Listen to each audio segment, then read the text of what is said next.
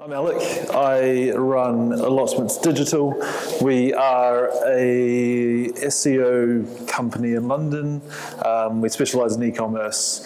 So a lot of the things I'll be talking about today use e-commerce examples, but I think the underlying ideas and the principles can apply a bit wider.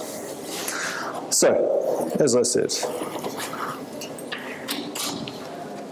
right, so how can we maximize keywords, the efficiency of our keyword targeting in SEO? So in all of our industries, you are competing against people and everyone's targeting more or less the same keywords, right? So if you sell dresses, everyone's probably trying to rank highly for dresses.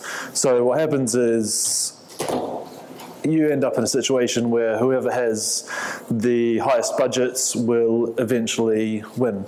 And if you don't have the highest budgets, is there much point in trying?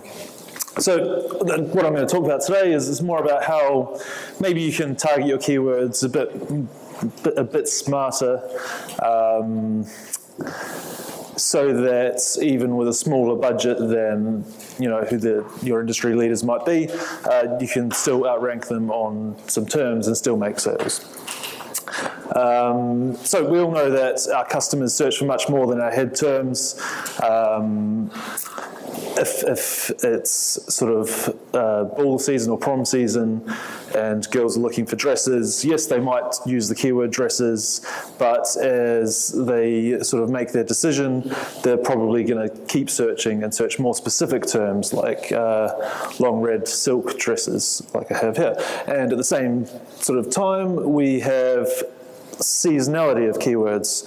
So people will be looking for dresses to wear to a wedding, typically the first half of the year, and people will be looking for party dresses in December because it's to wear to Christmas parties. So e-commerce keyword research. How do people buy, basically? This is a basic decision-making process. The exact process and names of the stages varies depending on if you're listening to BCG or McKinsey or Bain, but it essentially works like this. And this is what we do every time we buy something, whether we're in the supermarket buying some toothpaste or booking the next holiday online. So what happens is a consumer will have a problem recognition stage. So they have awareness of a problem. If you're a motorcyclist, you might be out riding your motorbike and you'll find out you're a bit cold, but you don't know what the product is that you need to solve that problem. You just know that you have a problem. The information search is when a consumer will start to look at the different options for solving that problem. So our motorcyclist might be looking at buying a car, he might be looking at buying a jacket, all sorts of things. During the information evaluation stage is the stage where most of you are probably most familiar in marketing to these people. So this is where people will be looking at the different product attributes that are important to them. It's the different delivery options or things that are important to them in a retailer. In the purchase decision, quite clearly they make a decision and they buy, and post-purchase evaluation is all about deciding on whether or not the purchase was a good one, whether it was the right decision. Did the consumer feel lied to or betrayed? And they'll remember that for the next time that they make a purchase decision, so the next time they end up at the top. To give you kind of a rough example of this, of how someone might use this basic process when looking for a product online. I'd like to introduce you to Sheila. This is my girlfriend. And Sheila had a problem. So her problem was she was invited to a wedding, one of her best friend's wedding in Ireland, so she knows that she needs a dress. And I don't know how many of you live with women, but a wedding is a great excuse to buy a dress, right? It wasn't just any wedding either. It was a 5-star hotel in Ireland. So it's quite a black tie dress code, really. Sheila needed a dress for a fancy wedding. She's got her problem. she starts searching and she goes online, and her search queries start off quite generic, and as she makes her way down the funnel, she gets more specific. So the first query she makes is dresses to wear to a wedding, and she chooses 3 results: 30 dresses to wear to your best friend's wedding, your wedding dress dilemmas solved in 27 dresses, etc., etc. It's worth noting that these brands are brands that Sheila likes, and of course when I talk about Sheila, I'm not talking about my girlfriend Sheila, I'm talking about her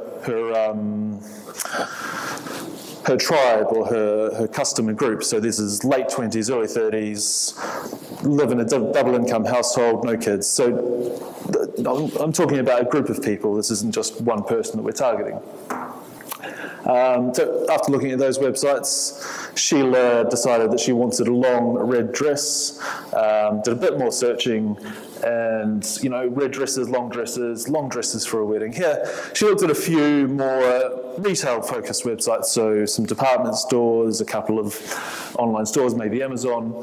At that stage, she wasn't ready to buy, but she was just looking at what was available and what she might want to buy later. After looking at those, she decided that her dress was also going to have a bit of lace on it. So she went through the information evaluation stage. She had decided on the important product attributes that she wanted. She'd done a few different searches to find the products that she wanted, and she chose that she was going to wear this dress, the Coast L'Oreal Lace Maxi dress. And essentially the reason she chose this was the photography on the website and the product reviews. So she had chosen a product. That's not the end of her purchase journey. She still had to find a retailer. And so she did one final search for the exact product name that she was looking for. And looked at a few different retailers and basically decided that she was going to buy it from the designer directly, so from Coast. And based on a couple of other criteria, she wanted next day delivery for free and free returns. So anyway, she decided she was going to buy it from Coast. Great, she had decided on the dress she was going to buy, and she had decided on the retailer she was going to buy it from.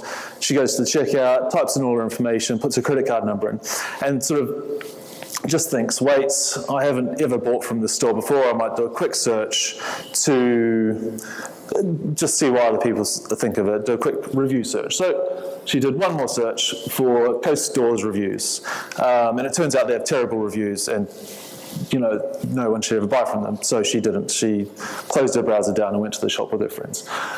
What I'm trying to sort of illustrate here is that this kind of purchase journey is quite common. Users will always start their keyword, their sort of search queries, very generic, looking at inspirational terms, looking at what's available and trying to work out what product attributes or what attributes of that service are important to them. And they'll search a bit more. They'll almost always do a review search on a new store that they haven't shopped with before. And yes, your customers search for much more than your head terms. And this is important because, as we discussed earlier, everyone in your industry is targeting these head terms. The CEOs of all of your companies are looking at the head terms of your industry, but the important things are the longer tail terms, the ones that are more specific and that's when users have figured out what they want. So yes, your users might be searching for red dresses, they're probably searching for red lace dresses, they could be searching for red lace long dresses, and they could add, another modifier in there, silk, so a material. And they'll obviously be searching for exact products names when they're doing a bit of comparison shopping. So why am I talking about this? Well, it's hard to find these longer tail terms. We can sort of start with our product categories and add loads and loads of modifiers onto them. but then how do we find out which ones people actually search? We can put them into AdWords Keyword Planner, but that's only going to give you data for 800 keywords at a time, and some of the industry tools for getting search volumes most of them don't include really long tail terms. To give you an example, these are all search queries which in the UK have search volume. They've all got about 50 searches a month. So we're talking about things like off-shoulder, slinky maxi dress with thigh splits. Like that's a very specific search query, and anyone searching that is pretty much ready to buy. Like they've told you exactly what they want to buy. So if you can rank for these longer tail terms, yes, you're going to need to rank for much wider, a lot more of them, but you're going to be able to get a lot more traffic than the people who are focusing on industry head terms like dresses. But how can we identify this? It's quite difficult, especially because outside of English, the SEO industry tools just don't cater very well. If we look at grip, well, it's hard outside of English. If we look at grip words, this is the main keyword database used by a lot of SEO tools because it's cheap and because it's easy. So if we look at grep words in English, the search term dresses, they'll give you 51,000 related searches for dresses. And these are all things like long dresses, long red silk dresses, what dress should I wear with a white jacket. If we look at Spanish vestido, which is dresses, they've only got 10,000, and in Turkish, it's almost nothing, 6,000 related searches. And I can guarantee you that there are many more than 6,000 search queries that people in Turkey search with to find dresses, right? It's not, you're not just looking for dresses, it's just that the industry tools don't have this data because, well, I don't know, they don't get enough money from Turkey maybe.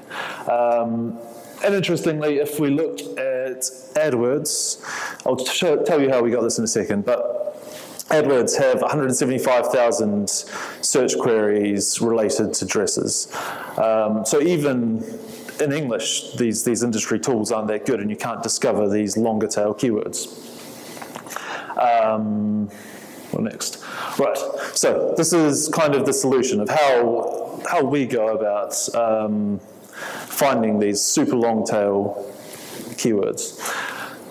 We'd start in AdWords Keyword Planner, and we'll take one keyword, so dresses, and we'll put that into keyword ideas and download 800 keyword ideas for dresses. And we end up with things like party dresses, cocktail dresses, long dresses, formal dresses, beach dresses.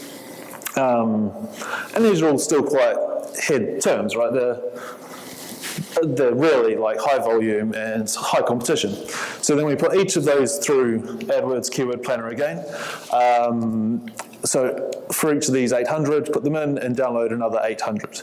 And then we get a bit more long tail. And we sort of repeat this process and go maybe down 5 levels. I'm not sure if maybe you've cottoned on, but this is a huge like project. If we spend 1 minute downloading each one, that's 800 minutes, times 800 minutes, times 800 minutes. It's a long time. So there are some ways that we can automate this. Longtail Pro is a good tool for downloading a lot of keywords. It's not my favorite, but I know that a lot of people will have maybe 10 instances of Longtail Pro open, all downloading. Basically what happens is you'll put your keywords in here, and then hit go, and it will basically use AdWords for you and just downloads keywords, and you can save them later. We've found it a bit buggy, and it really does limit you to sort of 20,000 keywords at a time. So we've started to play with a tool called Win Automation. And I was hoping that I'd be able to show you something today, but it all broke last week. So basically, Win Automation is a macro tool for Windows. So in the same way that in Excel you can make a macro to complete a task over and over and over, Win Automation will basically it's a mouse moving kind of program. So you hit record, you'll go into AdWords, download some keywords, save them wherever you want, and then you just need to make it, and then hit stop. Make a few modifications to that, and you can basically have it automatically going through AdWords, downloading each keyword on its own. And we've got something like, I think it's 10 or 15 servers running this constantly, just so that we can start to build up a lot of keywords. I think keep an eye on my Twitter stream, because we're going to release our script for this once we've got it working, but Google keeps blocking us at the moment. It's Kiwi Alec, by the way. So that's kind of long tail and why you can't trust industry tools and how you can kind of start to get around it. We haven't really figured it out yet, but I thought it was interesting to come and talk, especially in Turkey, because industry tools are pretty bad. Oh no. Is this not working?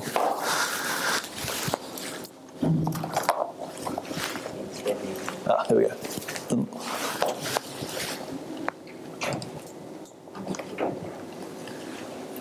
No. They just changed out. Yeah.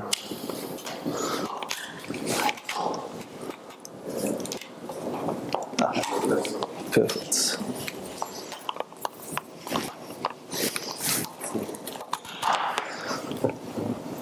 Yes.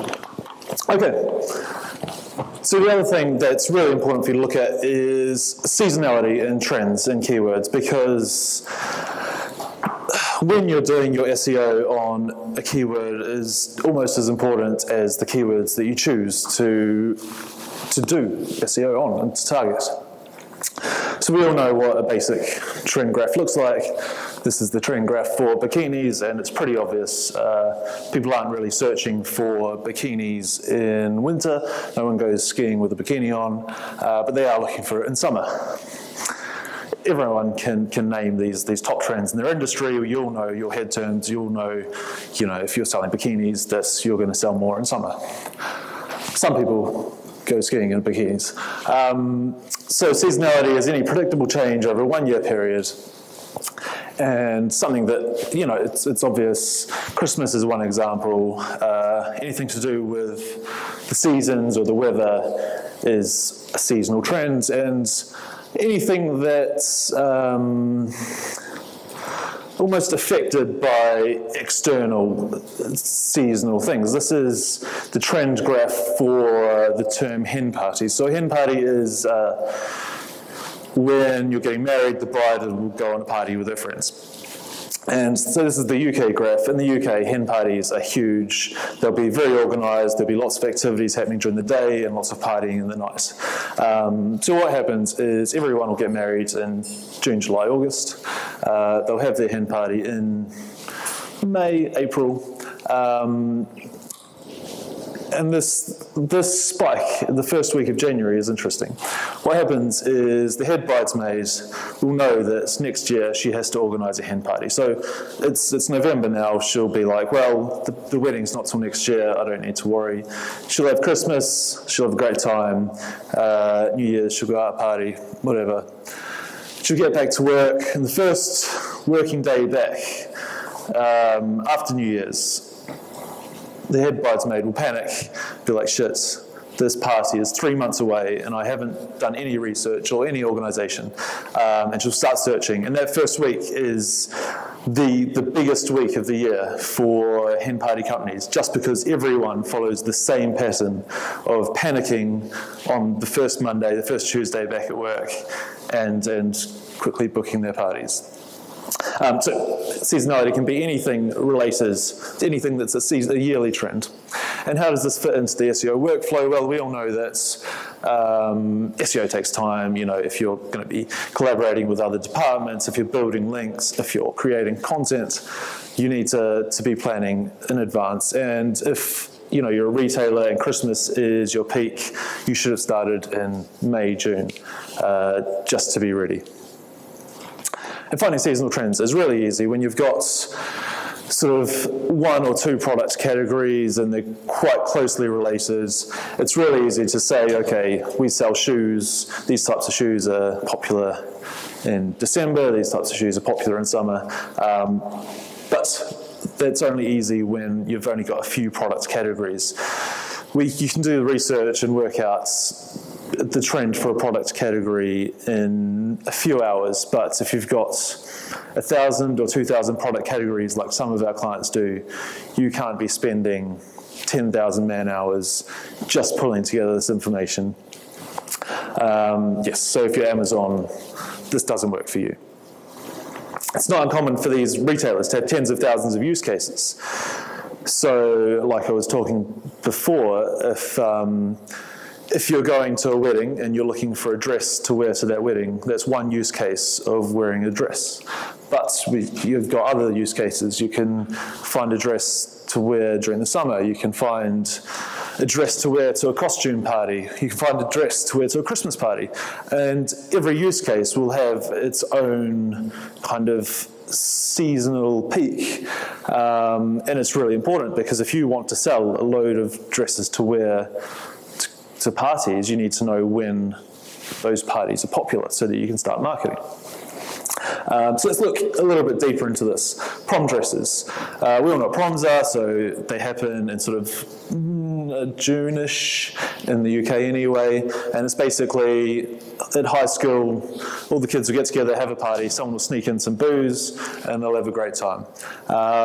We started doing some research on this, and we found that this year, every single publication, every retailer was talking about prom dresses and marketing prom dresses in May.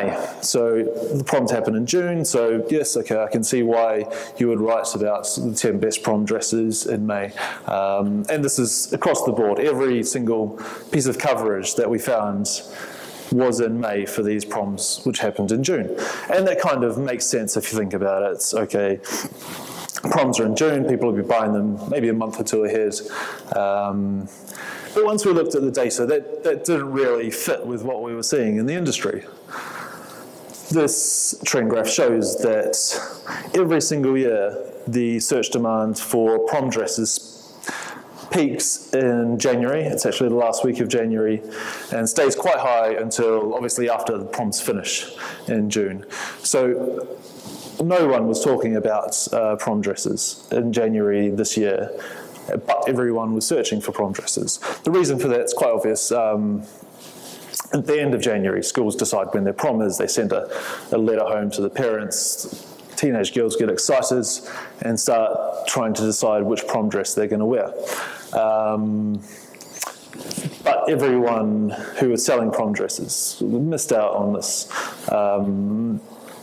So that's important. If you were the one company that had decided to start marketing and start talking about prom dresses at the end of January this year, you could have got in front of every single teenage girl who was looking to buy a prom dress because they were all searching and no one was talking to them.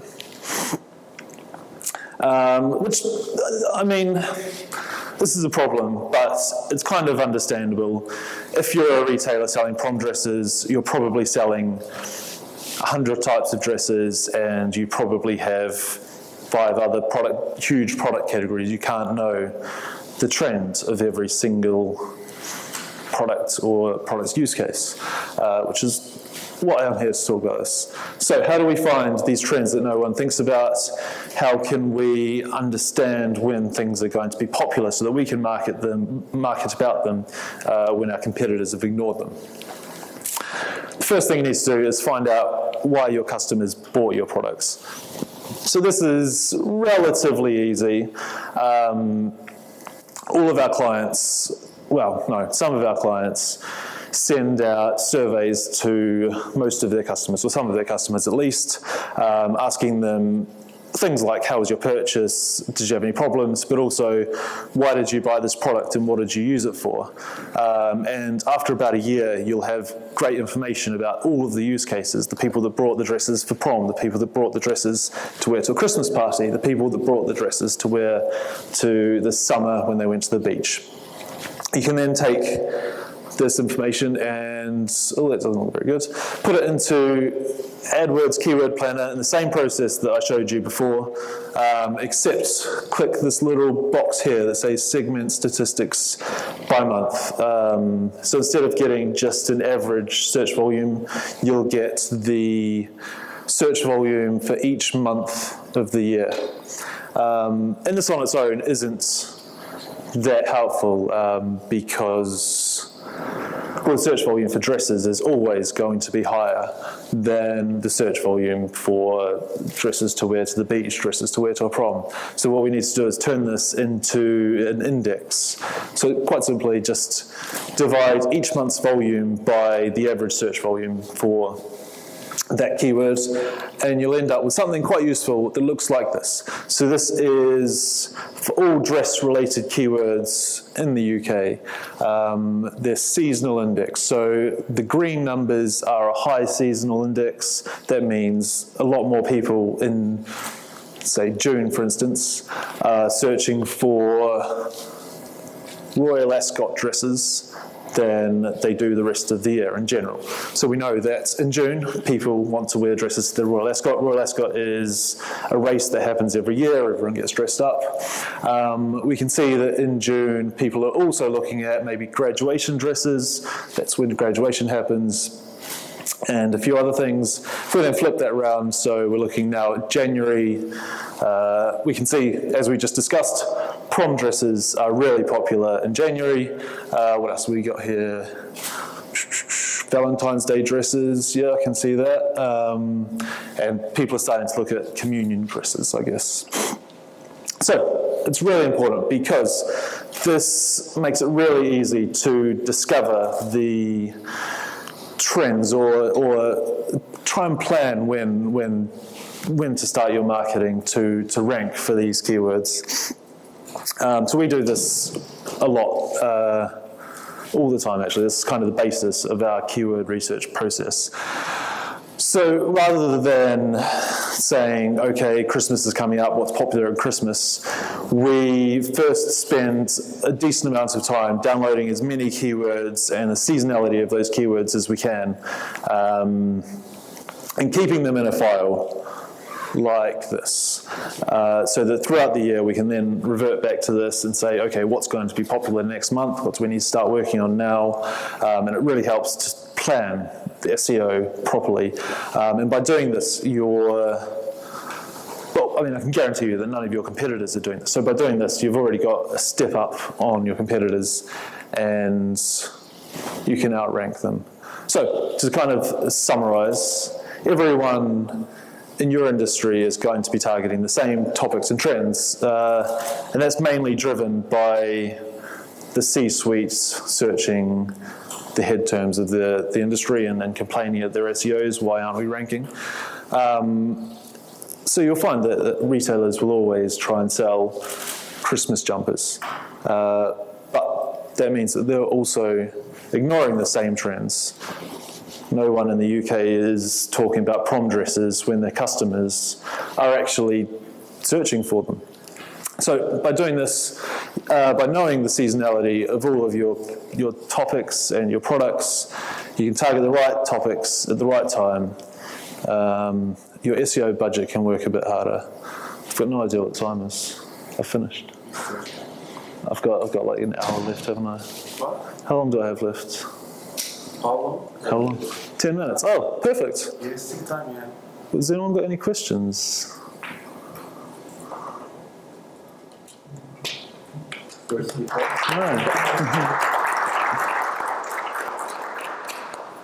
Okay. Yeah. How would you differentiate between different socioeconomic groups in terms of this behavior? How would you doing that in terms of socioeconomic status and Yeah, that's behavior related to part, people? That's an interesting one. When we've done this in the past, it's basically you have to do behavioural monitoring and then try and determine what aspects of was it, you know, some part of their demographics, was it their socio-economic sort of background, or, you know, what was happening there. We've done research projects where it's very clear that, you know, it's an age group and an income group that will act a certain way, but then for other categories or other industries, it's completely different, and it's kind of random, the demographics, but it's some other behavioural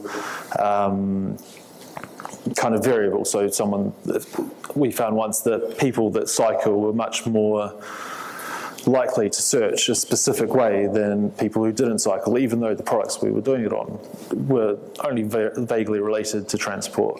So it's behavioural monitoring. We've built a tool that effectively, what it is in the same way that you can survey people.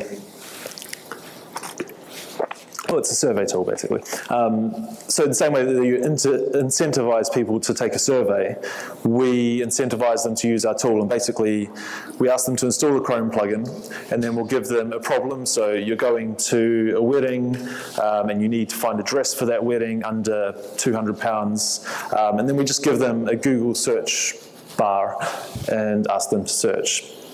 And then we watch what they do, we log all of their queries, we look at the websites they visit, and the products that they eventually choose and the attributes that were important during that sort of research process. And afterwards we can take all that data and try and segment it into groups or, you know, something like that. So there's two more questions on that. One is, do you only consider surveys with face-to-face or by telephone to support the behavior on the net? And the second thing is, do retailers share their own information with you when they ask for your analysis? So the first question, we try and do it. Well, we try and do whatever works, really. We try to do telephone interviews. We don't typically do it face-to-face, but we do these virtual kind of monitored research to try and figure out what's going on. And our clients do typically share all of their research with us, because it means that we can be more accurate. It means they're not paying us to do the same work they've already done. Yeah. Cool. Any other questions? No. Andres, it's up to you.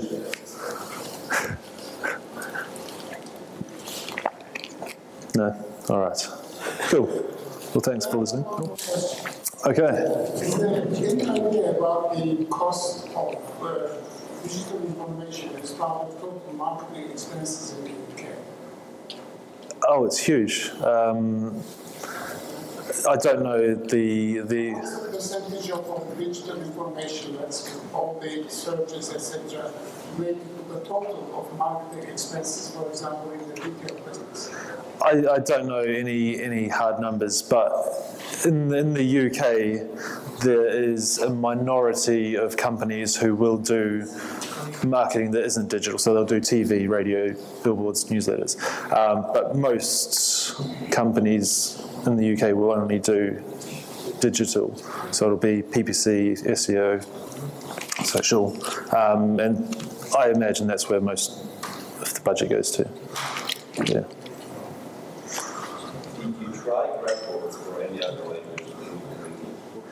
Yeah, because we have clients who are pan-European, so they're French, German, Czech, and it's terrible. It's missing a lot of data. It says zero search volume for terms that you check in AdWords, and it's huge, you know. Have you tried it in Slovenia? No. That's the reason I'm asking. Oh yeah, it's not English or German. They will do a custom scrape for you if you pay them, but that's why we're building our tool, because there's nothing really for outside of English that does it really well. Yeah. Cool. Okay.